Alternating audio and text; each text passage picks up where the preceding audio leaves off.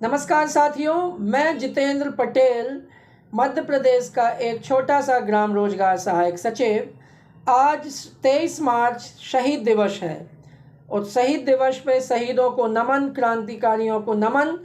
और अपने वीडियो को प्रारंभ करने से पहले मैं शहीदों को इसलिए याद कर रहा हूँ ताकि आपको भी मैं याद दिला सकूँ कि कोई भी कार्य, कोई भी लक्ष्य, जब हम किसी बड़े लक्ष्य को लेकर चलते हैं तो क्रांति के बिना संभव नहीं है। आप मेरे वीडियो के पीछे, मेरे पीछे देख सकते हैं कि शहीद आजम भगत सिंह भी हैं और महात्मा गांधी भी हैं। तो आज हमें कॉम्बो की ज़रूरत है, क्रांति की भी ज़रूरत है और सत्य, अहिंसा और सत्याग्रह की भी ज़रूरत है। हम दोनों मार्गों को अपनाएंगे, ये तो तय है कि घर बैठे बैठे हमें कुछ भी हासिल नहीं होगा।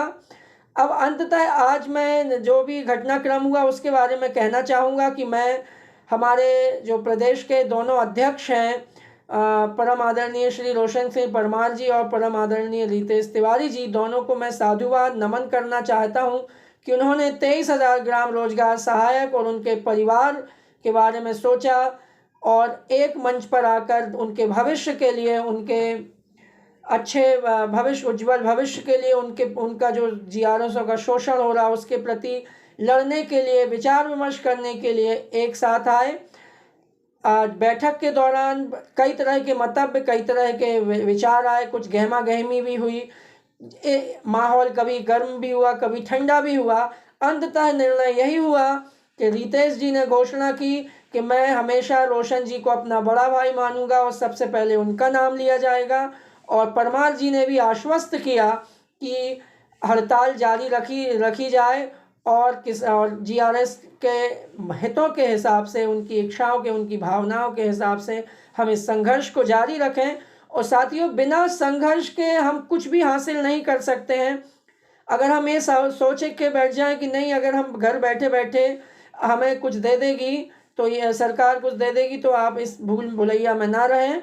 परम आदरणीय मेरे सभी जीआरएस साथियों, मैं आपसे कहना चाहता हूँ कि कई बार ये सरकार हमसे ये कहती कि यार फला ब्लॉक के लोगों ने क्या बोलते हैं, हड़ताल कर दी, इसलिए अब हम तुम्हें नियमित नहीं करेंगे या तुम्हारी मांगें पूरी नहीं करेंगे। तो मैं इस वीडियो के माध्यम से सरकार से कुछ सवाल करना चाहूँगा कि चलिए हम अभी लाडली बहना योजना को ही लेकर देख लें। तो लाडली बहना योजना पूरे प्रदेश में लागू हुई है, तो क्या हमारे मुखिया ये कहेंगे कि इन महिलाओं में बहुत सारी महिलाएं ऐसी भी होंगी जो कांग्रेस को वोट करती होंगी या जो भाजपा को वोट नहीं करती होंगी, जिन्होंने उनको वोट नहीं किया होगा, तो क्या वो इस कारण से वो लाडली योजना को नहीं लागू करेंगे कि नहीं, हम कांग्रेस को समर्थन देने वाली महिलाओं को या जो बीजेपी को वोट नहीं देती हैं, जो उनकी सरकार को वोट नहीं देती हैं, उन महिलाओं को हम के कारण से हम योजना लागू नहीं करेंगे? नहीं, वो लागू करेंगे। वैसे ही सरकार का ये कहना कि नहीं, फला ब्लॉक, फला जिला के लोग अगर हड़ताल पर चले गए इसलिए हम आपको ये नहीं देना चाहते, हम आपकी मांगे नहीं सुनेंगे, आपकी बात नहीं सुनेंगे, ये सरासर गलत और ये गुमराह करने वाली बात है और ये उनकी रणनीति है।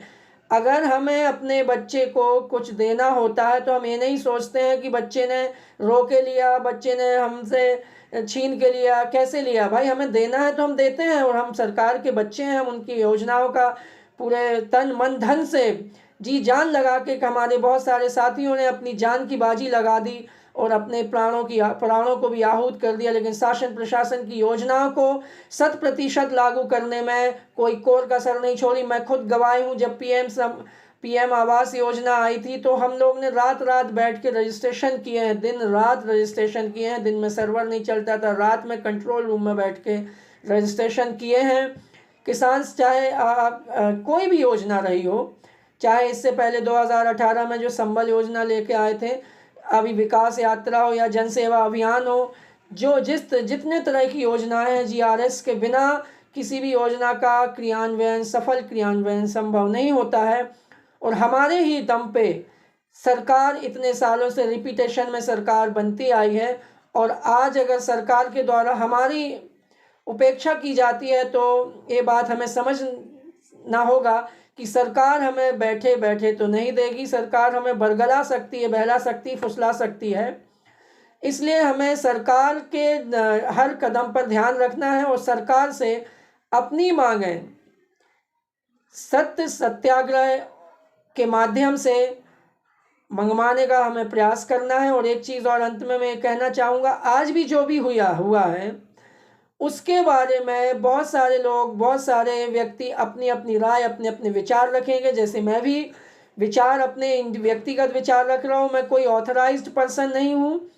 तो मैं आप सभी से निवेदन करूँगा, चाहे वो मैं कह रहा हूँ तो मेरी बात पे यकीन मत करिए, मेरी बात से प्रभावित मत होइए, किसी और की भी बात से प्रभावित मत होइए, जब तक कि आपको अपन को अपनी टीम से, जो हमारे डेलीगेशन से, जो हमारी प्रदेश टीम है, उससे कोई हमें निर्देश ना मिले, तब तक किसी और की बात पर ध्यान नहीं देना। हमें अपनी ऊर्जा किसने क्या कहा, किसने क्या किया, पुराना क्या हुआ, उस पर लगाने की बजाय हमें अपनी ऊर्जा इसमें लगाना कि हम अपनी मांगों को सरकार के समक्ष कैसे प्रस्तुत कर सकते हैं, साम दंड भेद, है ना, गांधीगिरी करके, जो भी करके रणनीति बनाए, जो भी प्रदेश टीम हमारी रणनीति दे उसी पर हमें अपने वक्तव्य देना है, कमेंट देना है। आपस में हमें उलझना नहीं है।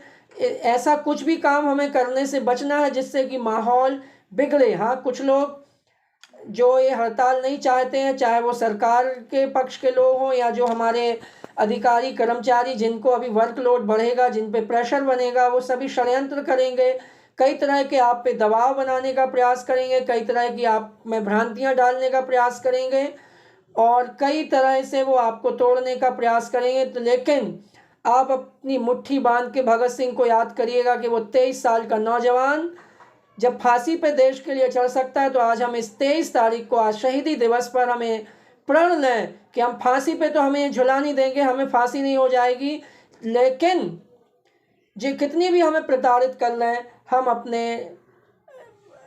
अपने लक्ष्य से टस के मस नहीं होंगे। जो साथी इसमें अभी गुमराह हो रहे हैं या जो अभी असमंजस की स्थिति में, उन्हें हम एक लाइन पे लाएं, उन्हें विश्वास दिलाएं और भरोसा दिलाएं कि हम सब एक हैं। और किसी पे भी अगर कार्रवाई होती है, चाहे वो किसी ब्लॉक में हो, किसी ज़िले में हो, सभी उस ज़िले के साथी, चाहे वो हड़ताल के उनकी मनसा हड़ताल में जाने की हो या ना हो, लेकिन एकजुट होकर उसका साथ दें, अपनी एकता बनाए रखें। इसके बाद, हड़ताल के बाद, जब जो आगे की जो रूपरेखा होगी वो भी आगे हम डिस्कस करके, सभी से परामर्श करके कि जनपद स्तरों पे हम अपने जीआरएस साथियों को कैसे मजबूत कर सकते हैं। ये तो चलिए अभी हड़ताल का दौरान है, तो अभी तो हम एक साथ लड़ ही रहे हैं, लेकिन हड़ताल ख़त्म होने के बाद भी हमारा शोषण होता है। हमसे जो सीनियर हमारे कर्मचारी हैं, हमारा शोषण करते हैं, किसी न किसी तरह से शोषण करते हैं, प्यार से, मोहब्बत से दबाव बना के। तो हमें उस शोषण से भी लड़ना है, तो वो बात की रणनीति होगी। अभी हमें पूरा फोकस अपनी हड़ताल को सफल बनाने में करना है। इन्हीं शब्दों के साथ मैं अपनी वाणी को विराम दूंगा। अगर अच्छा लगा, आपको मेरी बात अच्छी लग रही, तो और भी मेरे जीआरएस साथियों तक इस बात को पहुंचाएं। धन्यवाद। जय हिंद, जय भारत।